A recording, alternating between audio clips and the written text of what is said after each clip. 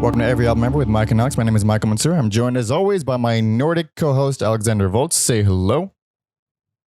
Freshly shaved from the previous episode. You're a different man now, completely different man.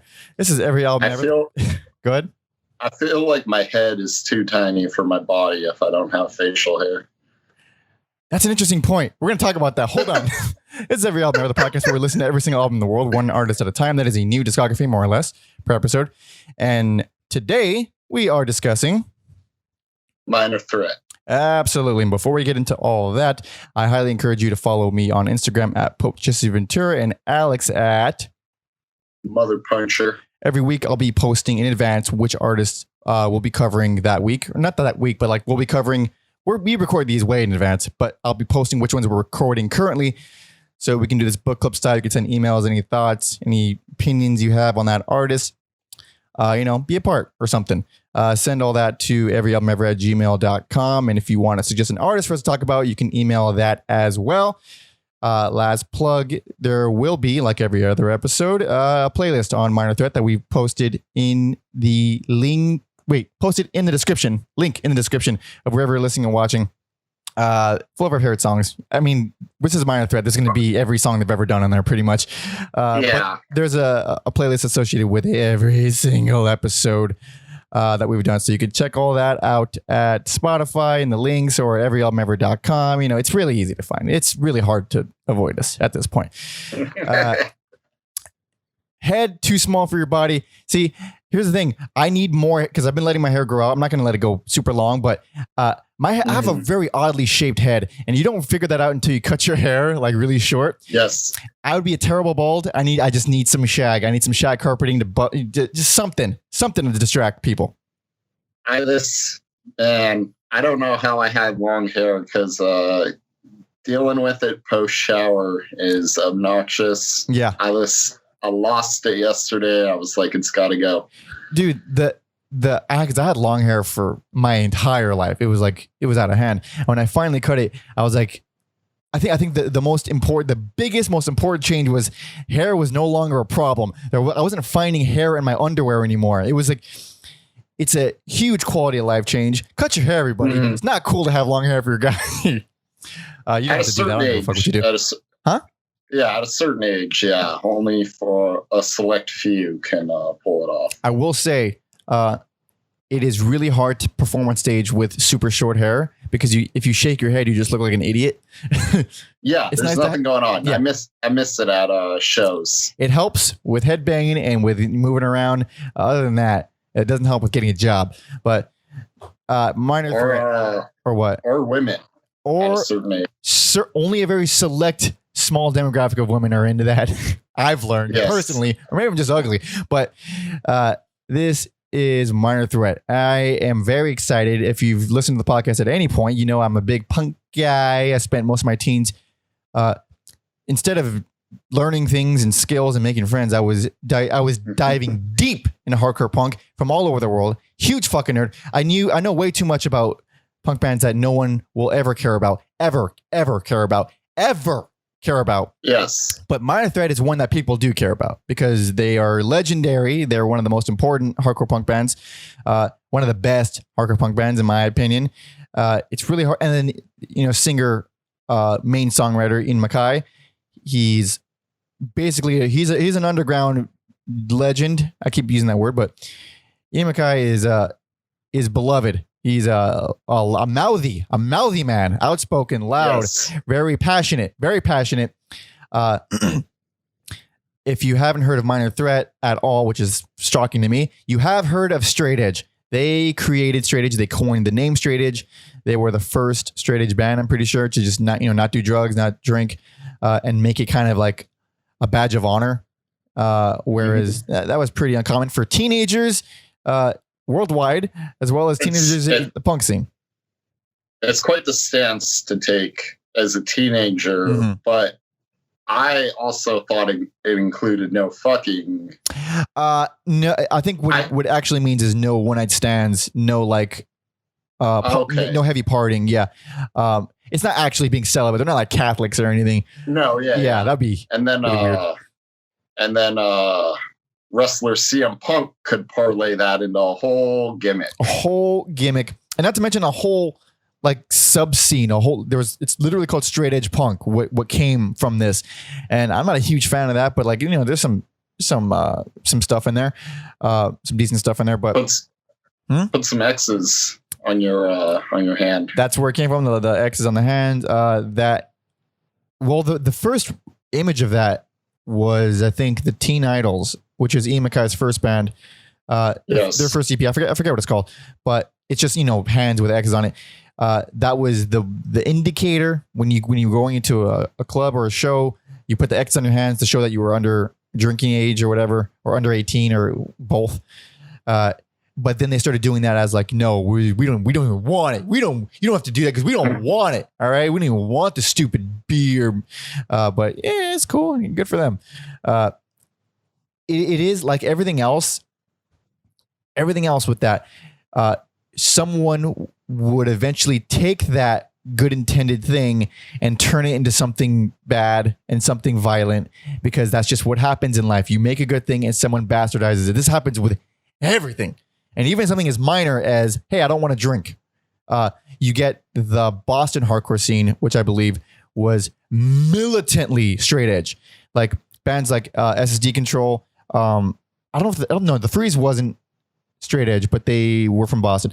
SSD Control, Negative Effects, I believe. Huh? Hey, Mike. Huh? Fuck Boston. I walked right the fuck into that. I didn't even realize it. Alex doesn't like Boston. He finds a way to shit on Boston for every chance he gets. He's a bad person. But I guess in this case, you have some grounds to stand on, because they were assholes. They fought people who weren't straight edge. Like I don't understand that. Ian Mackaye and Minor Threat and all the people from the DC hardcore scene didn't so much care if you drank or not. They just chose not to do it themselves. But such is life. Don't they have songs like Screaming at a Wall where it's like not about fighting, it's about... And here's the semi-ironic thing about Minor Threat and about bands like them who promoted non-violence means of relaying your message, is that they were in the hardcore scene where literally, I've mentioned this in the Black Flag episode 24. Henry Rollins, who's good best friends to this day with Ian Mackaye, he's from DC as well.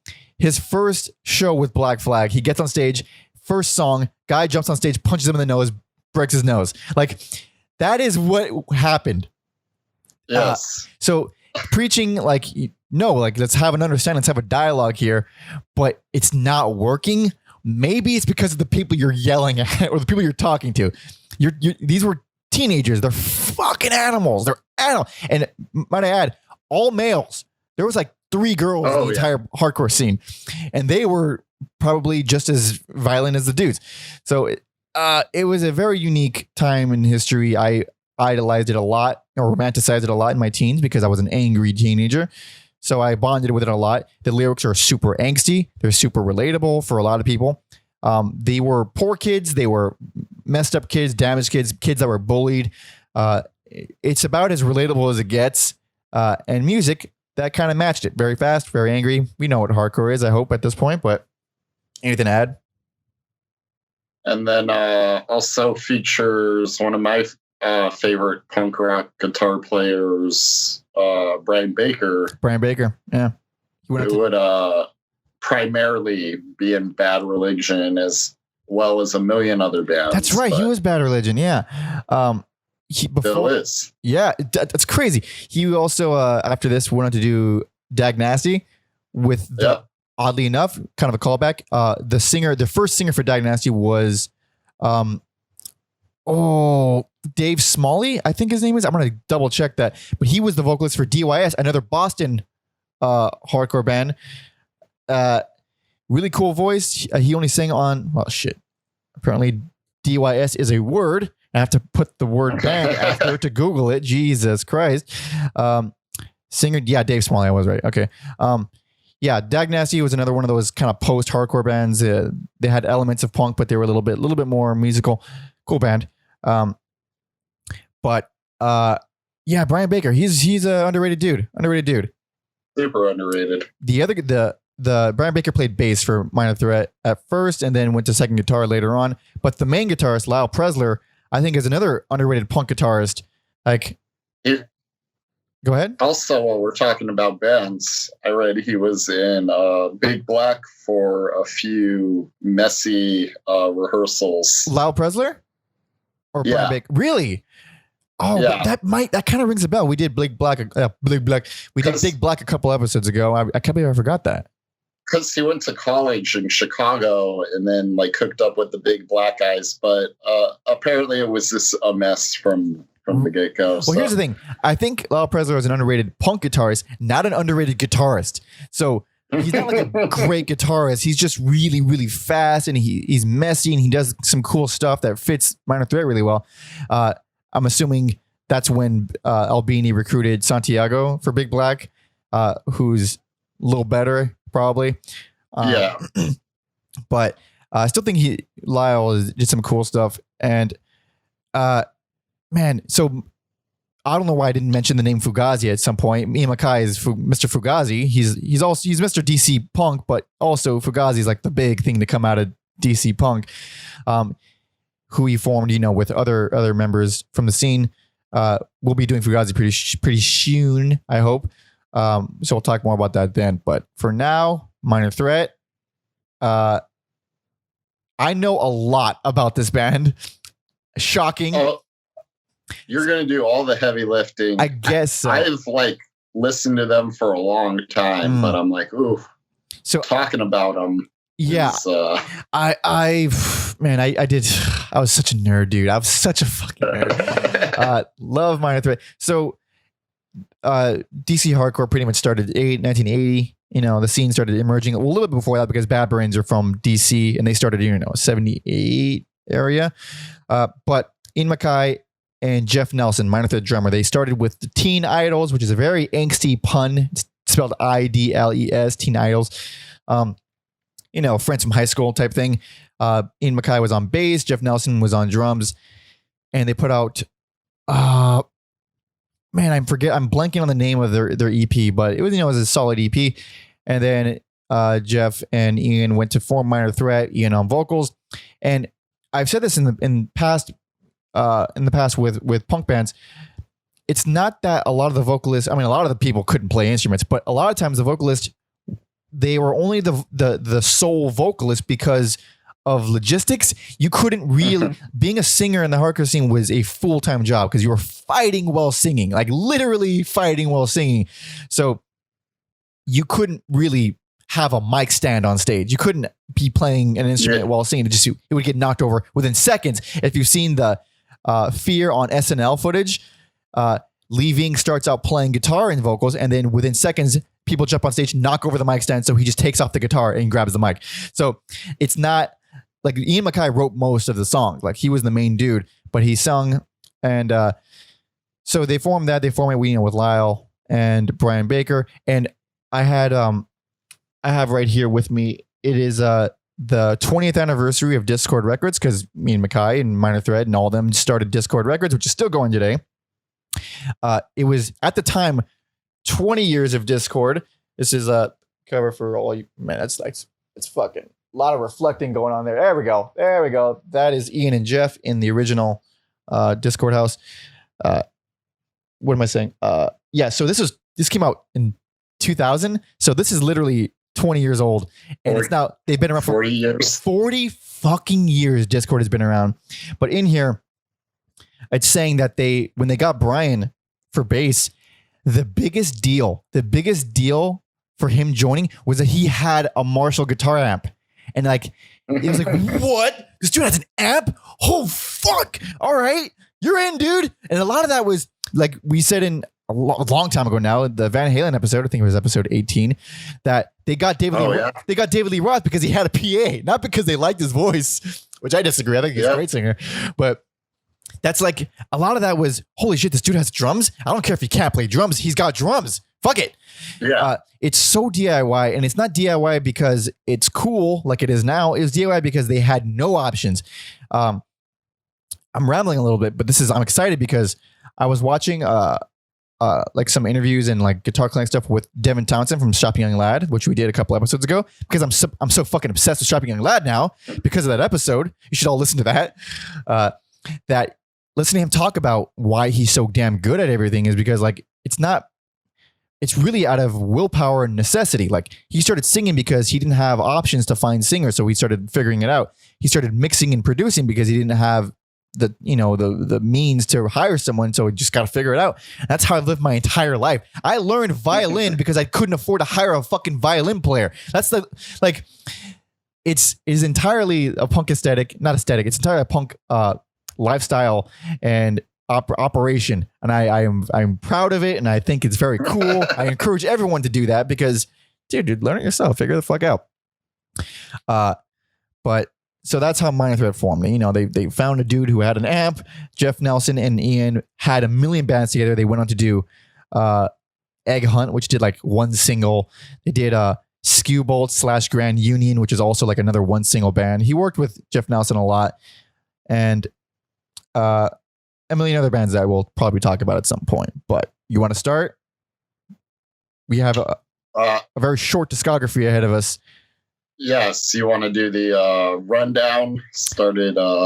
Rundown. Well, extremely brief rundown. This is going to be, hopefully, this episode is a little longer than 30 minutes because the discography isn't. They have 4 releases, 3 EPs, and 1 full-length album. Heavy air quotes for album. First EP was released in 1981. The last EP was released in 1985, but they did break up in 83. So it was a posthumous release. They were around for a very brief time. Much like a lot of hardcore bands. But before we get into the full discography, quick shout out to Sam from Hastings, UK, for being such a wonderful supporter of the podcast and actually sending a very lovely, lengthy, and in-depth email. This dude is a fucking bona fide fan. I'm proud to have him listening. Thank you, buddy. We really appreciate it. To read that. Delightful. Dude, a day brightener. Day was brightened immediately. Such a sweetheart. Sweetheart, exactly. But we are going to jump into the discography. Man, it's such a loose term calling this a discography because, they released, quick spoiler, all of these releases in one total about 47 minutes. So it's not exactly a full discography. It's less than the length of one album. I remember buying the complete discography. Yeah. And I'm like, it all fits on one CD. One CD, not even an hour. Insane. It's less than an hour. Yeah. It's not even 50 minutes. It's less than 50 minutes. Which means, like, I've knocked this out in one day. I listened to it repeatedly. Like, this is easy. But the way it's kind of laid out in streaming is a little different. It's not. They don't have the full discography in streaming. They have the first 2 EPs as well as a couple compilation tracks on one album. And then the full length in another album, and then the Salad Days EP, the last EP on another album. So it's all split up kind of weirdly, but we're going to be covering them in the way they were released. So let's start now. This is 1981, self-titled, Minor Threat.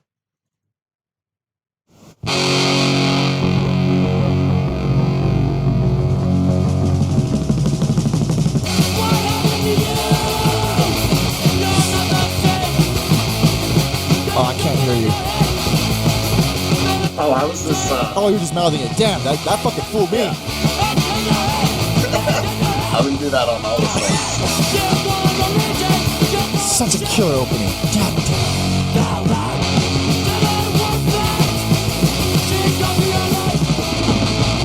Okay, so we got about a minute left of the song, so I'm going to lower it now just so we don't, like... what a great damn song. Yeah, that's a perfect song for teenagers because who can't relate to a friend giving you up for a girl? Yep.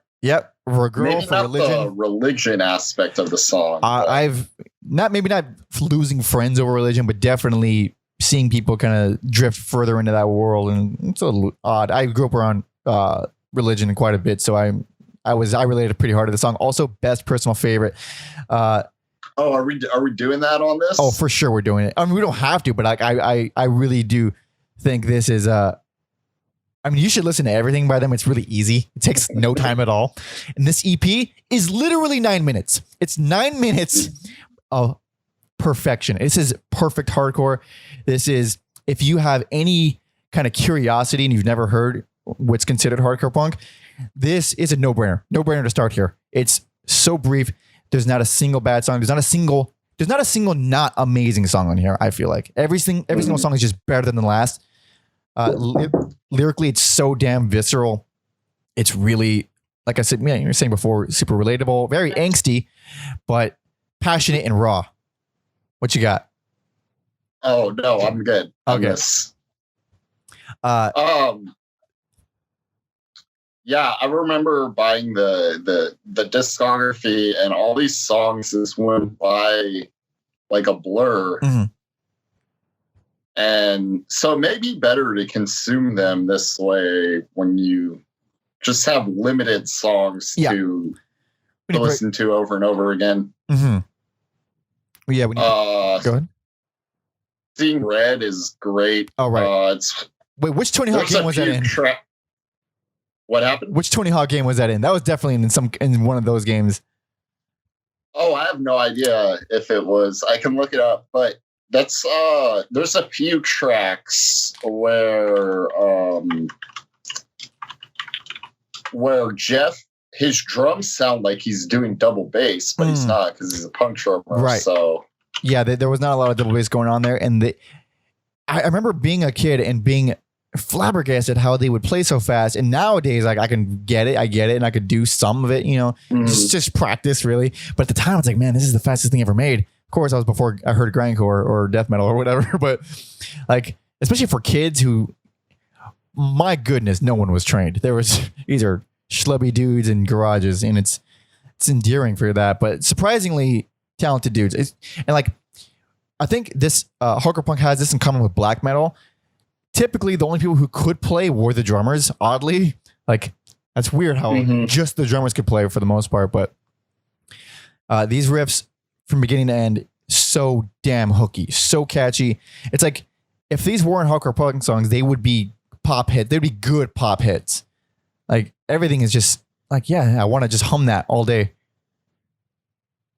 Yeah, Minor Threat, the song, that's one of the few songs that has like melody to it. It's real fun. It's real solid. That song is a legit hardcore anthem. Everyone covered it when I was a teenager. Everyone covered that song. It was there's a huge list of people who have covered that song. I also mean, like, even like local punk bands, like people in backyards where I would hang out. Like, as soon as someone started playing Minor Threat, everyone in the whole backyard would start singing along to it. It's just one of those songs. It's wonderful. And then you have 12XU, which I didn't realize is a cover of The Wire. That's Wire. Yeah, it's a Wire the song. Band Wire. Yeah. Also, that's not on here. That's a compilation track. So on the first 2 7-inches, which is what you'll find streaming, the EP technically ends at the song Minor Threat, and then Stand Up and 12XU were released on the Flex Your Head compilation. It was a DC hardcore compilation, pretty solid compilation.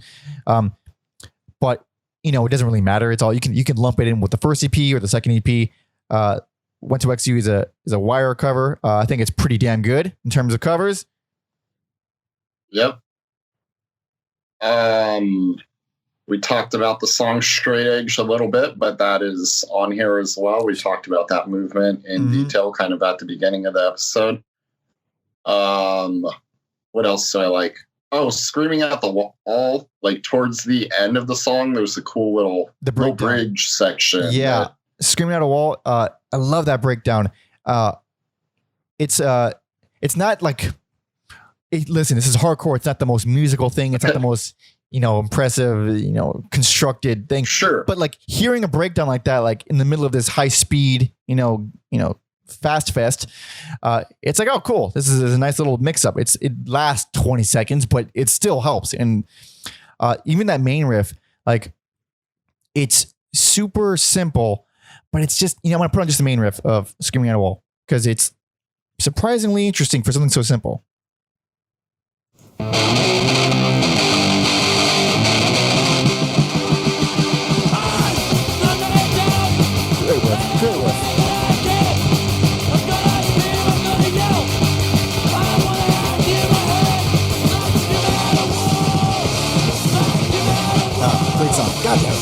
And yeah, those drum fills are just... Oh, yeah. Jeff Nelson's... Oh, he's real good. He's speedy. He's not like doing crazy percussive things, but in terms of hardcore drummers, he's like, he's up there. I mean, really every song in here is wonderful. Small Man, Big Mouth. I fucking love that song. It's like a perfect hardcore song. It's such a specific lyrical matter. It's just a guy, literally Small Man, Big Mouth. It's a dude who's little, who's got a Napoleon complex, who's an asshole. That's what they're singing about. It's like, how much more specific can you get? Yeah, none of these songs have metaphors. They're very straightforward. There's no like aha moment. It's just, it is what it is. These kids are mad. That's what it is for the most part. And then like, I don't know, every song is good. If I just name all of them, I'm just gonna, I don't know what to say. Like Bottle Violence was just one of my all-time favorites growing up. I was really, really obsessed with that song growing up. It's amazing. It's as far as hardcore goes. If you don't like hardcore, this is probably not going to turn you. But in terms of just goddamn hooky riffs, man, it's too good, too damn good. They almost feel like the inverse of Black Flag, and in terms of or as far as the message goes, where it's like, don't, no drinking. Well, Black Flag, they didn't shy around drugs. Black Flag for sure did drugs. Henry Rollins. Oh not no, so much. that's what. Oh, you mean the opposite? Inverse. Like my mistake. Oh yeah, completely, dude, completely. Yeah, they both play punk music, but the messages couldn't be any more different. I feel like. Not to mention the music itself. Like I noted this too. Like bands like Black Flag were, I guess, more musically ambitious. They were crazier, messier, more kind of harder to pin down. But I think Minor Threat just simply wrote not better songs, but like more accessible songs. In terms of like if you're cataloging hardcore punk when it existed, you would like the layperson would probably enjoy Minor Threat a lot more. Black Flag did crazier stuff, but I don't think Minor Threat really had like a chance to be ambitious, though. They didn't, because when as soon as they started to get going, they broke up immediately. And I have thoughts about that too, and we'll talk about that in a minute. But Black Flag is, and it's like the total opposite too. Like in terms of like Black Flag is LA, Minor Threat is DC. Like they're just yin and yang pretty much. Pretty much, yeah. But aside from, one thing I should also add, Mackaye's voice. I like his voice. It's a super weird, unique voice. He's not like he's screaming or yelling, but he's yelling in tune. I've said that in the past before. It's not really scream. It's not, tone. It's not like white noise. It's usually one note for the most part, but one note that matches the riff, or whatever. But he also has a lot of mush mouth. Ian Mackaye is a bona fide mush mouth. Oh yeah. He says fuck like JB Smoove. Fuck. Like where there's like so much K, so much CK in that word. Like you could do this dude for sure spits on you when he talks, like for sure. But I like his voice. I think he has a cool voice. And it's like really endearing too. It's really authentic, raw. He's not a trained dude. He doesn't have the greatest voice, but it's really fucking believable, and it works with the music real well.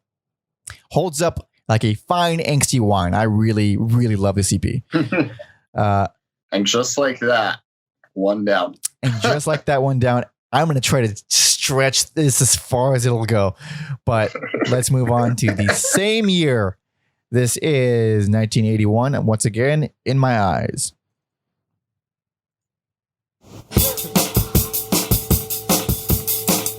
One of the best angry songs ever written.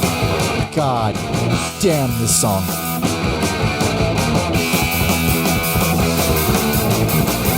Also, surprisingly lengthy at 2 minutes 40, something like that. Ooh la la, fancy. Real fancy. Emerson, Lake, and Palmer over here. Better clutch your pearls, Emerson. Coming for you. Also real diverse for a punk song or a hardcore punk song? Yeah. Absolutely. Oh god, those drums.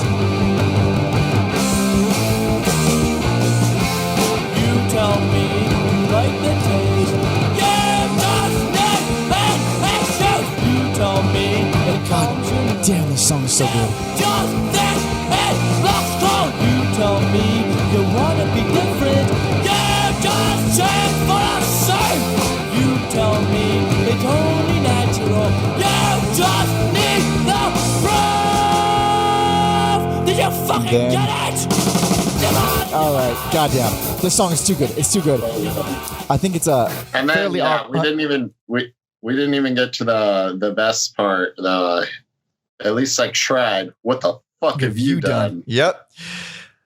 I think based on how long I put that song on, that I think might be my favorite Minor Threat song. Period.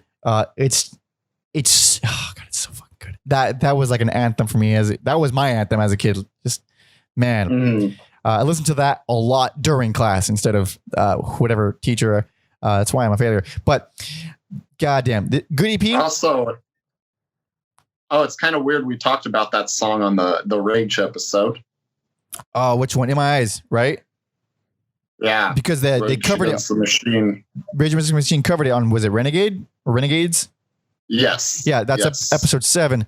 That's so long ago now. Thinking about it, that was over 40 episodes ago. Oh boy, we've been at this a while. It only took us 40 episodes to get from Rage to Minor Threat. It happened. Damn it, that's all that matters.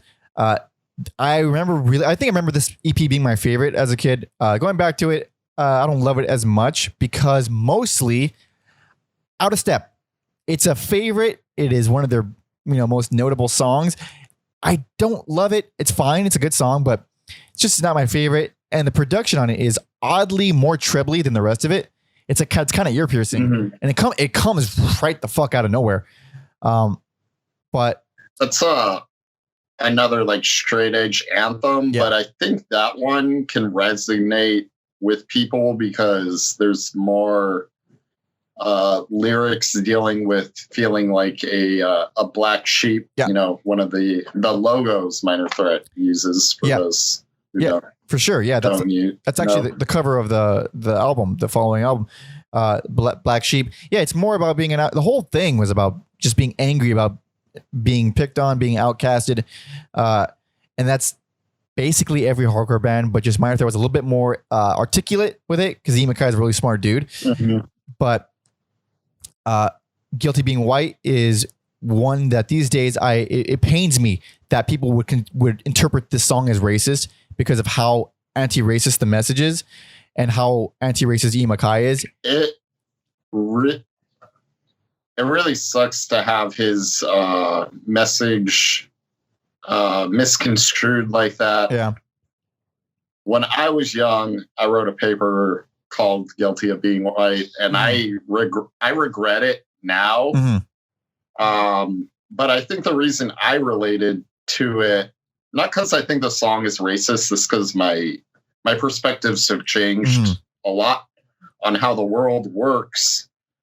But I think me and Mackaye were in a very similar position where we both went to schools where we're white, but we were the minority at school. Me too. And it's it's a unique feeling that most people don't have. Yeah. And that's a perspective he came from. So it's not racist, but it also, the only people that can interpret it as racist are people who have never been in positions of being a minority like that. Because here's the thing, like I'm not full white, but I was white enough to be picked on for being white. That's how not white my upbringing was, and the schools I went to and all that.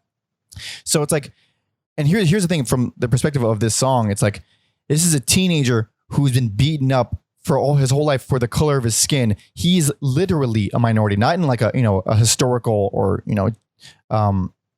in sense of like, the US population. It's literally a teenager's daily life is the teenager's world. You can't expect them to be interpreting any kind of transgressions as a global thing or universal thing bigger than themselves. It's completely unfair to put that on a kid.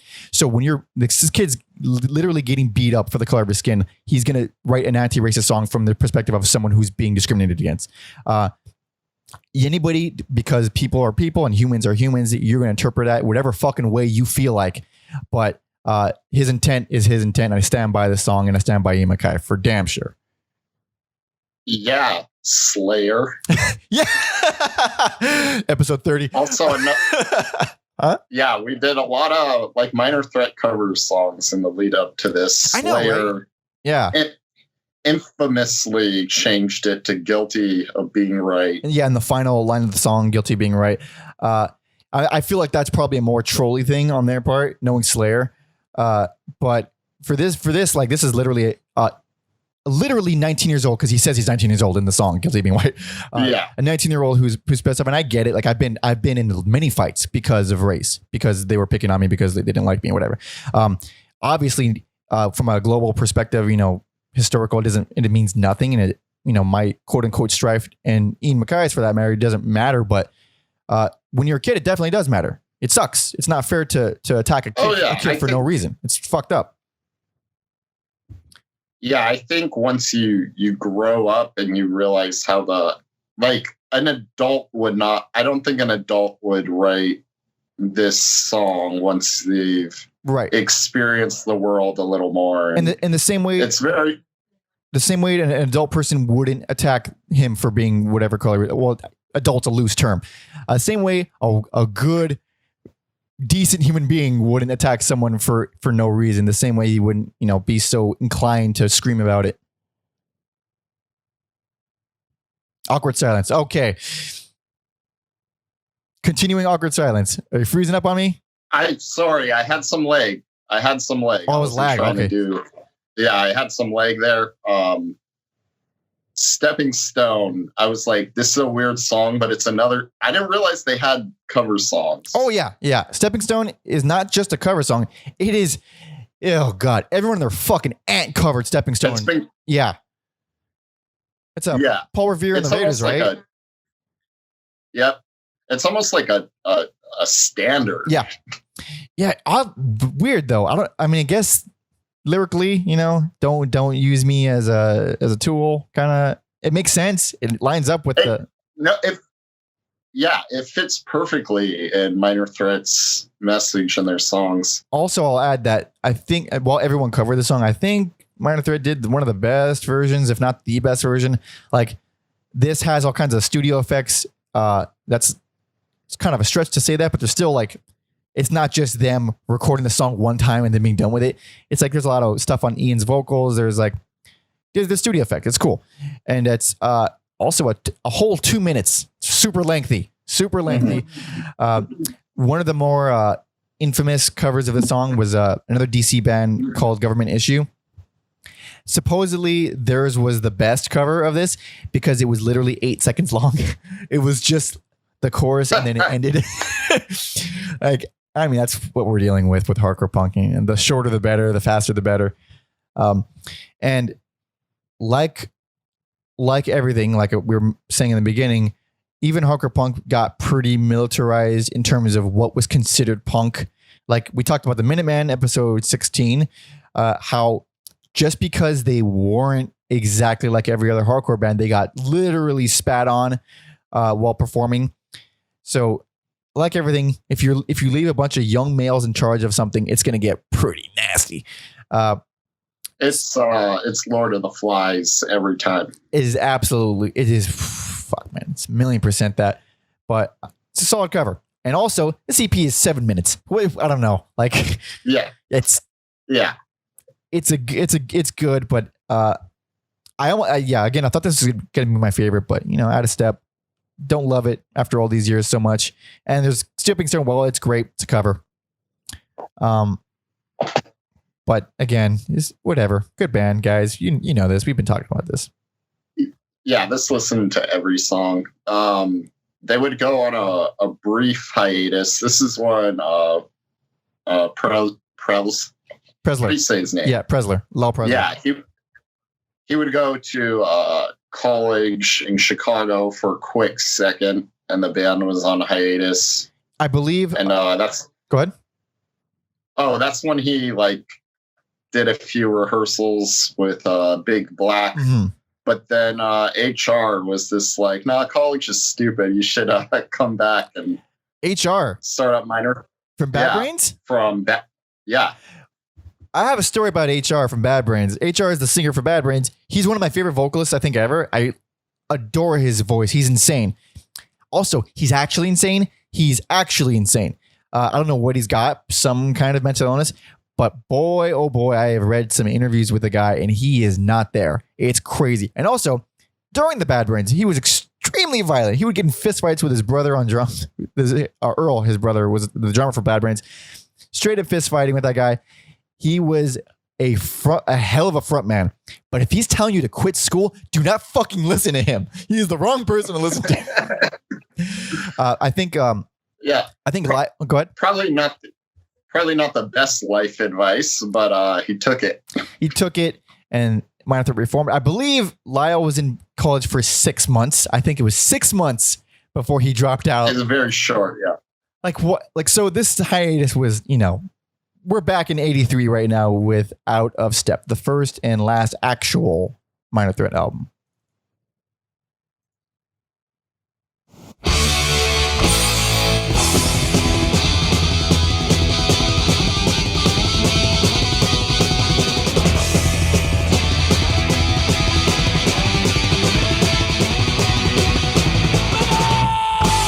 That production is snappy.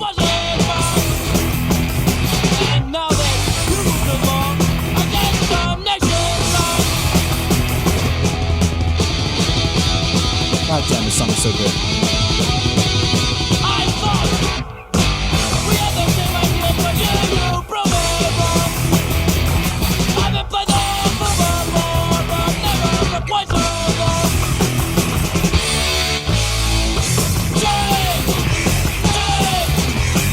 So the reason I'm letting it play so long is this is one of the longer songs at almost 3 minutes. Almost 3 minutes, that song. Yes, there's a few songs that go over 3 minutes here, and this is their most musically ambitious, if you want to call it that. This is where you get some hints of like, oh, I could see how Fugazi came out of this. Actually, one thing I'll mention about that, because you said Fugazi. Before Fugazi, Ian started a band called Embrace. Have you heard of them? I have not. They put out one album, self-titled album. It's real damn good. So Embrace, do you know the band The Faith? Yes, that's where his brother is in The Faith, right? The also DC Hardcore. Ian's younger brother Alec was the vocalist for that band. Embrace is the entire Faith, the band The Faith, but with just Ian on vocals instead of Alec. Yet they sound completely different. Oh, I'm gonna have to listen to that. It's real good. And the reason I bring that up is because later on in the next EP, they start to really sound like Embrace. But here we're already moving in that direction. A lot more musical, longer songs. Having said that, this is still a 20-minute album. It's not exactly long. Yeah, I think up until listening to it, I feel like I overlooked a lot of these songs because the EPs are just like bangers and real iconic songs on there. Yeah. And I think when I was younger, I may have just started like checking out around here. But yeah, these songs I think they're real interesting. They're real solid. Yeah. Betrayed, the track we played, I think that's one of my favorite Jeff drumming tracks. Oh yeah. Yeah, like he was just saying, not many of these are like instant classics because like the first EP is just, man, it's just iconic hardcore song after song, and this one, what hurt it for me was like the last, aside from cashing in the very very last track, which I think is pretty fun, like Sob Story, Into No Reason, into Little Friend, into Out of Step, like all of those, I'm like, oh, okay, they're good, but I'm not, and these are not for me. They're like, and then so people know, they re-recorded Out of Step so Ian could put I in front of I Don't Smoke, I Don't Drink, because they felt like it was too like imposing, like they're telling you what to do with don't smoke, don't drink. I also heard that it wasn't because of that. I also heard that he did it just as like a syllable type thing. Like he wanted to add it because of, just for the vocal purposes, I don't know which one is more true than the other, because definitely people did, like a lot of people felt like he was a little bit too, these are my rules, listen to me kind of thing. So that's the main thing you'll hear on this version of Out of Step is definitely, I don't smoke, I don't drink, I don't fuck. But I've heard both stories where it wasn't because of that and it was because of that. I think they both may be true. That could be. Is this kind of like an opportunity to do it, so they did. And not only that, in this version of Out of Step, aside from it being produced way better, no more ear piercing, trebliness that I had a problem with on the other EP. Instead of a guitar solo, it's now an entire spoken word diatribe. Oh yeah. It's fine. I like that. I like that diatribe too, because it makes it clear where he's like, yeah, I just don't like these things. I think they're stupid. Yeah. The same way I think golf is stupid. Yeah. I get behind that. I don't fucking like golf. Although, in all fairness, I do like the thought of riding around in a golf cart on a giant green field. That sounds super fun. It's the game of golf I don't care for. But I like the guitar solo more probably, but this version is like it sounds a million times better than the original. It's kind of objectively better. But the first half of Little Friend, I really don't care for those riffs. I like the second half. It's kind of mid-tempo. It's kind of slows it down. I don't love Stop Story. I don't really care for No Reason. But like, they're like a minute long each. Like this is such a consistent, but I think it's just, wait, go ahead. You're just gonna skip over Look Back and Laugh. Yeah. You beat me to it. You beat me to it. Yeah, that's one of the greatest punk riffs ever, I think. And then it gets weird. They do like some dub reggae echo effects on the drums in the middle of the song. It's just a great song. That's their first, not the first, but like one of the earlier, we're progressing kind of examples.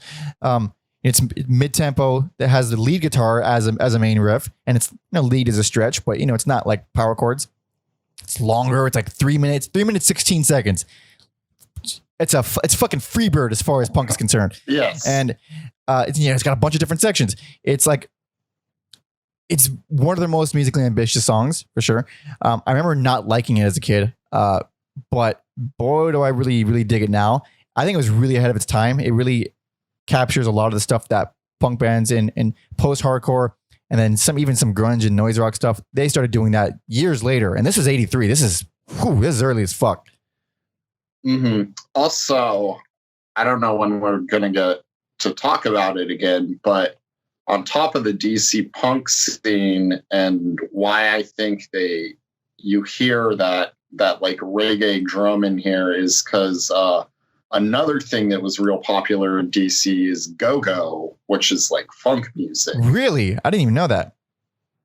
And so a lot of these punk shows were also go-go shows. They were one in the same in DC. So you had punk bands and go-go bands playing shows together. So I think that's why you get some of that. I think that's another reason why, Bad Brains was kind of more daring than other punk bands. In addition to being bona fide Rastafarians, which did contribute a lot to helps. Yeah, I'm excited to do Bad Brains at some point in the future. There are huge influencers to Ian and everybody in the DC. All of DC hardcore has Bad Brains to thank, because I think it was when Ian and Jeff were in Teen Idols. Bad Brains are already a thing and they're already fans of them. So I think they can. Minor Threat's first show was opening up for Bad Brains and SOA in a basement in front of 50 people. So that's what SOA is. Henry Rollins' first band back when he was under his original name, Henry Garfield. That's his birth name. SOA also, obviously DC hardcore, surprisingly underrated. They did one EP called No Policy. I highly recommend it. Henry sounds just like Henry on there. If you like Henry, you'll like SOA. But it was a Teen Idols. I think it was one of the rehearsals. And I don't know if it was all of Bad Brains, but for sure it was Dr. No and Daryl Jennifer, the bass guitarist and bassist respectively. And Teen Idols were practicing, and like they were bad. They were kids. They're like, 17, 18 years old. They sucked. They were bad. And I remember Ian telling the story in some documentary or something. He was saying like, it's shitty bass, shitty amp, it sounds like shit. And then they give the instruments to Daryl and Dr. No, and they're just shredding because they're amazing. Like, it was definitely the musicians, not the instruments. It might have been Henry Rollins that told the story. Either way, Bad Brains were fucking amazing. But yeah, so I didn't know that about the whole go-go thing. Never even heard about it, which is funny. I guess I do not know as much as I thought I did. Probably one of the more, I've never like done a dive on it, but probably one of the easiest, most like comprehensible things that covers it is Foo Fighters had this series on HBO. I forget what it was called, but they recorded a different song in a different city, and then of course they go to DC because Dave Grohl and Scream, yeah, and they talk about go-go at a good length in there. So although YouTube exists too, if anyone's interested in go-go, so yeah, the people don't talk about Scream. Scream was Discord Records' first full-length album. It was called Still Screaming, or is called Still Screaming. Good band, good freaking band. And I have a couple of little stories about Scream. Like, it's funny because they even get overlooked when talking about DC hardcore, or at least in my experience. I don't know why that is. They're a really good band, but they were way more musically adventurous. They're way better musicians. They actually had some training behind them, or some years behind them. And Dave Grohl was their drummer in like the late 80s, something like that. Before Nirvana, definitely before Nirvana. Yeah. And I remember the story of how he got the gig as Scream's drummer. He went to audition for them, and they said, "Okay, so what songs do you know? Do you want to play to audition?" He's like, "Well, let's play your songs. I know all your songs," and that was it. Like, he just got the gig immediately because he knew all their songs already. Also, another funny story with Dave Grohl and Scream. If you listen to the King Buzzo Melvin solo EP, I was gonna bring that up. Go ahead, it's by all means, go hilarious. ahead. Go ahead.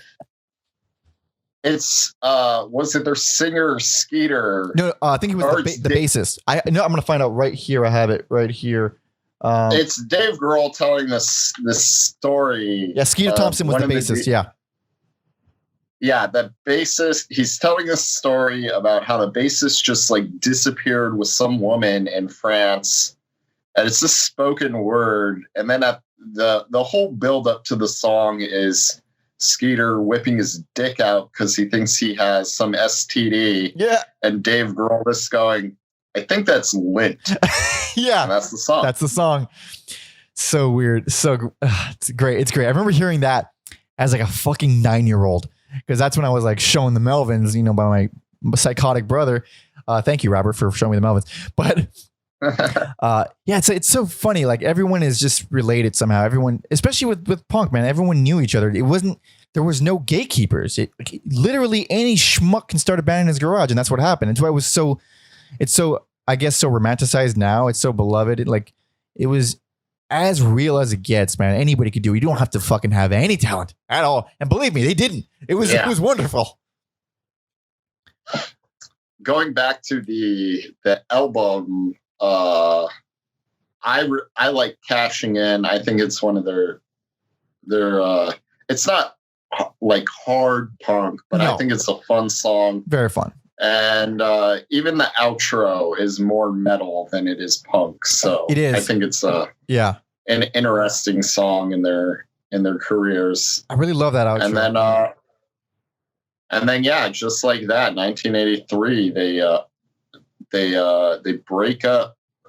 So they break up, and from what I read, apparently it was just a lot of conflict, a lot of fighting, and it's so damn like no duh, because they're like 20-year-olds, 5, because at this point they had a second guitarist, which, by the way, it doesn't even matter if there's 2 guitars in this. You don't notice at all. Like, Brian Baker, when they reformed, Brian Baker went to second guitar. They got a guy named, I don't want to miscredit anybody, so I'm going to tell you right now. Steve Hansgen. Yeah, Steve Hansgen. He was the new bass player. Good bass player, by the way. But two guitar players on this, couldn't fucking tell. Makes no difference. But like, you get 5 20-year-olds playing hardcore punk, and you're surprised they're fighting all the time. Like, it didn't work out.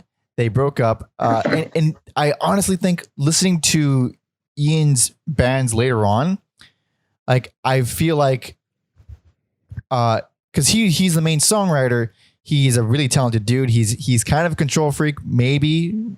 Just, you know, I may be overstepping, but it seems like it, because you know what? I take that back, because like, if you look at Fugazi, of how egalitarian the band Fugazi is, but at this point, it seems like they just couldn't get on the same page with anything. And if you look at the bands that he would do afterward, way less hardcore, way slower, way less punky.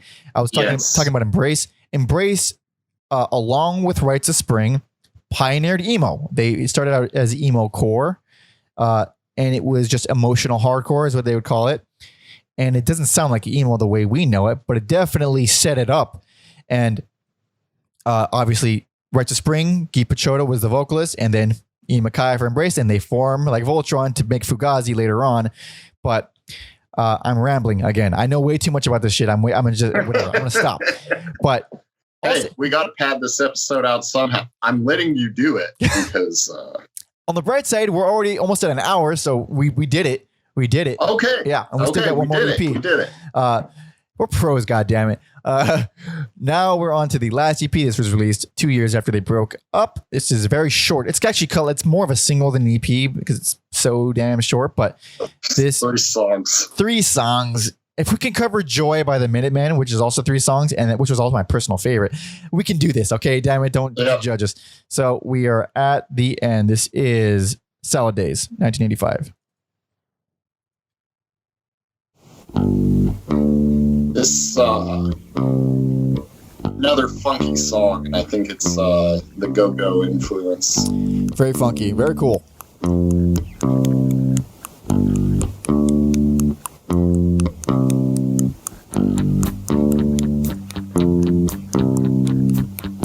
little different from the band that did Filler on that first EP.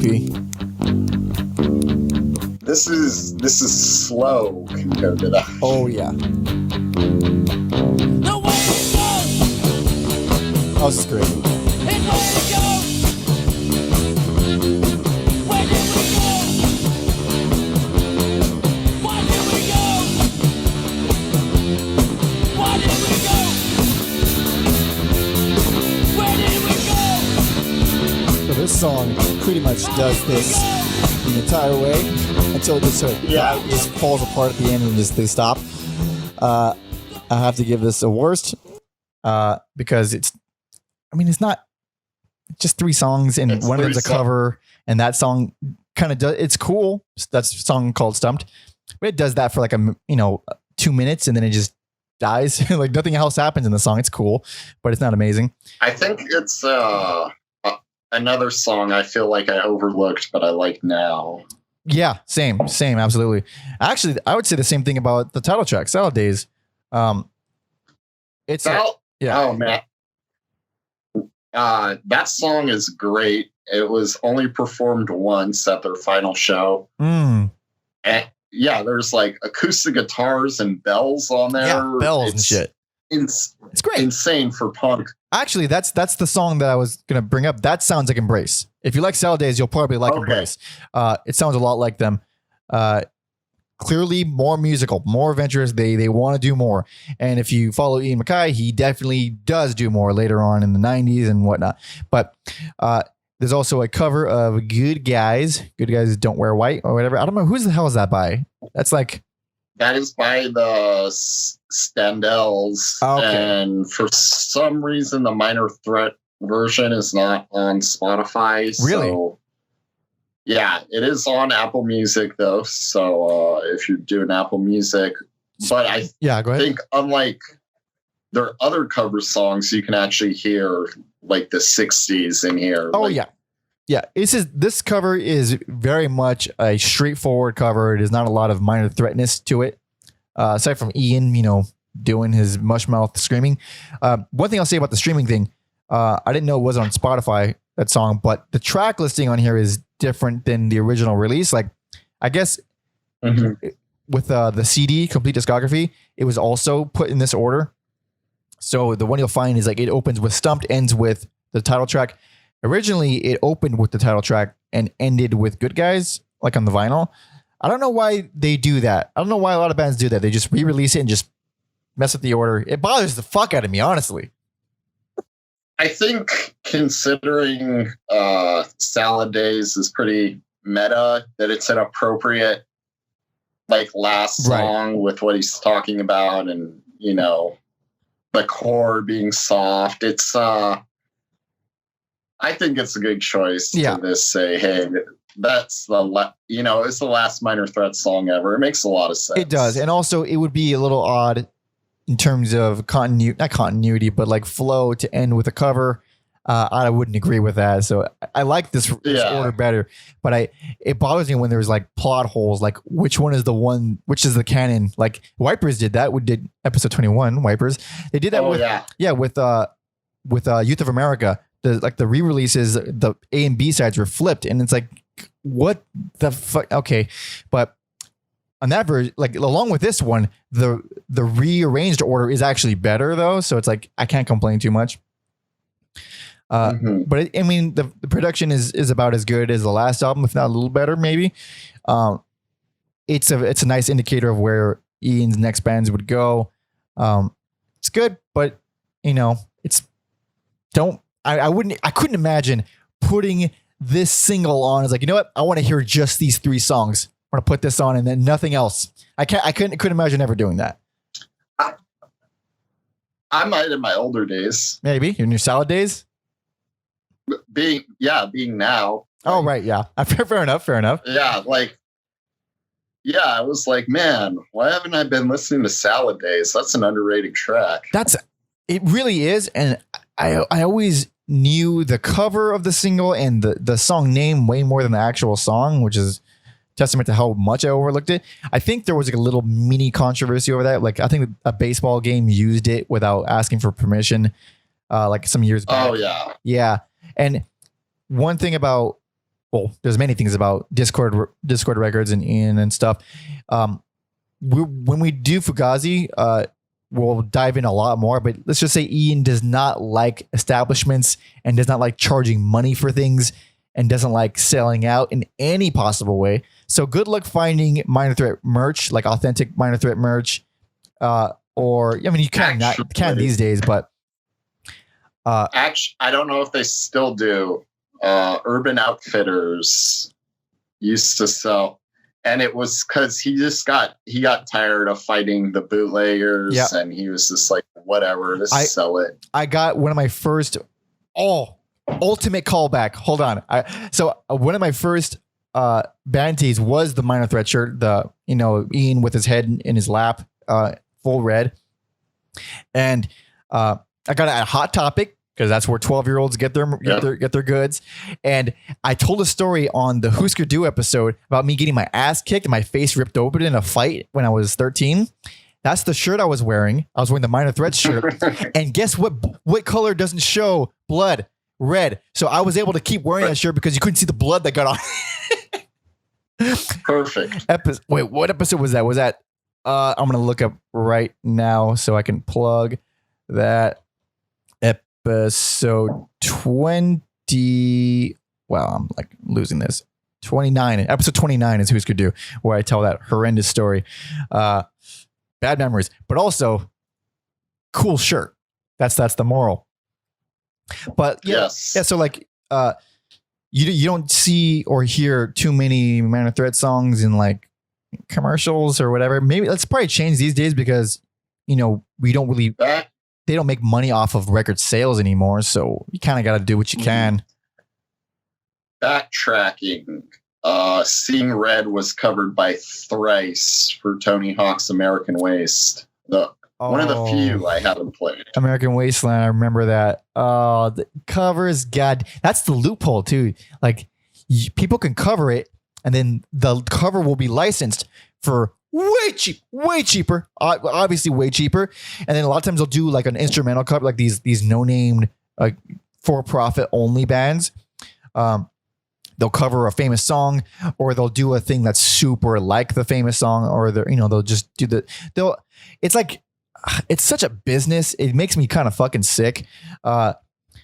These bands will just, their entire existence will be covering famous songs and then doing a separate instrumental version of that cover and just sell it. And it's because it's cheaper for companies and it's good enough. And I think I mentioned this recently with fucking the last Terminator movie. It was a Dark Fate. Oh yeah. In the trailer, because like there's this trend of like super edgy covers of famous songs, and they use those for trailers now. And in the trailer for Dark Fate, it was an edgy, slow, dramatic cover of The Hunter by Bjork. And I was fucking livid because the original is so much better and it's so much more fitting for a Terminator movie. But I'm pretty sure Bjork just said no, I'm assuming. So they just got a cover. And that's the loop around. That's the workaround. They just find someone to cover it. Hence the Seeing Red for American Wasteland. Because it's not like you're going to choose a cover of a great Minor Threat song instead of the original as like a creative choice. I think for that, it was kind of to like create a bridge between newer bands and older bands. Ugh. God. Because I don't know when we're going to talk about them, I never understood Thrice. Like, a lot of people gave them a pass or said, oh, they're like way more musically inclined. And maybe they are, but I would just listen to it and like, it's okay. Yeah. It's not. Yeah. If I'm going to listen to really musically adept punk, I'm going No Means No for sure. That's the closest thing to progressive punk that I think it can exist, or existed, early on. But so by most accounts, the hardcore punk scene ended in 1986. Like officially, the nail in the coffin was 1986. 85 was already dying out. D Boon from the Minutemen died in 85. A lot of bands broke up in 85. 86 was like the final, resting place. But I think Ian has gone on record saying like, no, it died in 83. Like when people was claiming it was still going strong, it's because not just because Minor Threat broke up in 83, but because I think at that point in 83 is when the really violent militaristic aspects of the scene started coming out, and it was less about a community, it was less about the music, and it's more about everyone had like these days everything becomes politicized, and even the punk scene becomes politicized, and you just become no, this is punk, this is hardcore, and then you don't agree with me, I'm literally gonna punch you in the face. So that stuff kind of took over probably around 83, at least in DC, according to Mackaye. So that's why very quickly after, like 84, 85, he's doing stuff with Embrace and doing stuff with bands that sound nothing like hardcore or whatever. But we will continue that on our Fugazi episode whenever we do it, hopefully soon. It was requested, so it's definitely going to be expedited to a little bit sooner rather than later. Thank Christ, because I fucking really want to talk about them. But I know you didn't give... Indeed, as it fucking should. I know you didn't give any picks, but I will recap anyway. If you can pick. But if you can't, do not. But my best and personal favorite is the first EP, self-titled. Man, any doubters, start here. And if you were not convinced, then okay, I tried. Worst only because of minor reasons such as it being 3 songs long. That would be Salad Days 1985. But listen to everything, man. It takes less than an hour. It's good. Trust me, please. Okay, so these might be some hot picks. I'm gonna go In My Eyes EP, personal favorite. I understand. I'm gonna go Out of Step, their best. This because I think musically there's some weaker songs on there, but I think in terms of them playing their instruments, that's the best on Out of Step. Yeah. And then again, just for technicality, Salad Days gets worse. but I think Stumped and the title track are underrated songs. I also think that. But thank you so much for listening and watching and joining us for my mostly geeking out fest. Alex was coming up to let me rant and rave, but I fucking love this shit, man. If I can't use this knowledge somewhere, I'm gonna die. I'm gonna like boil up and explode somehow. Like it has to come on. God damn it! All these years of researching can't be for nothing. But if you want to send any thoughts, suggestions, if you want to suggest an artist, if you want to be a part. Book club style and send emails about whatever artist we're covering. Send all that stuff to everyalbummember@gmail.com. Follow me on Instagram to know which artist we're going to be covering, next, essentially. Follow me at Pope Jesse Ventura and Alex at Mother Puncher. And as always, there will be a I almost said podcast playlist in the description of wherever you're listening and watching on Minor Threat. All of our favorite songs. Gonna try to not put the full discography just for the sake of laziness. Like we don't want to be lazy. All right, you're going to us for our favorites. Okay, but you can, everyalbumever.com. You can follow Alex on Spotify through the link that so you don't have to wait for the episode to come out. It'll pop up when it pops up. But until then. I suppose I will be picking final track just for the sake of my nostalgia, if that is okay with you, Alex. That is fine with me, although I forgot to share. I remember when I bought my the Minor Threat CD, it was The Two Towers had come out and Lord of the Rings. Lord of the Rings. Uh-huh. For some reason, I said I'm going to buy Minor Threat and watch Lord of the Rings. So I just thought of that right now. If any two things had no business being together, it is those two. But you brought them together anyway, and I commend you for that. Jesus Christ. That was my Friday night. Honestly, I was really into the side note. Out of all the Lord of the Rings movies, I think The Two Towers is the one that I watched the most times, that I liked the most, that was like the most important to me as a human being. That's because it's got the Helm's Deep scene. Come on. Dude, rolling Helm's Deep, man. It's fucking, so good. I didn't think about, I did think about a little bit what last song should be, but we already played most of it. It was going to be In My Eyes because it's the best, but we played most of it. All right. That's only 2 minutes. So I'm going to go, you know what? In my heart, I feel it. This is I Don't Want to Hear It from the first EP. Thank you so much for listening and watching, everybody. See ya.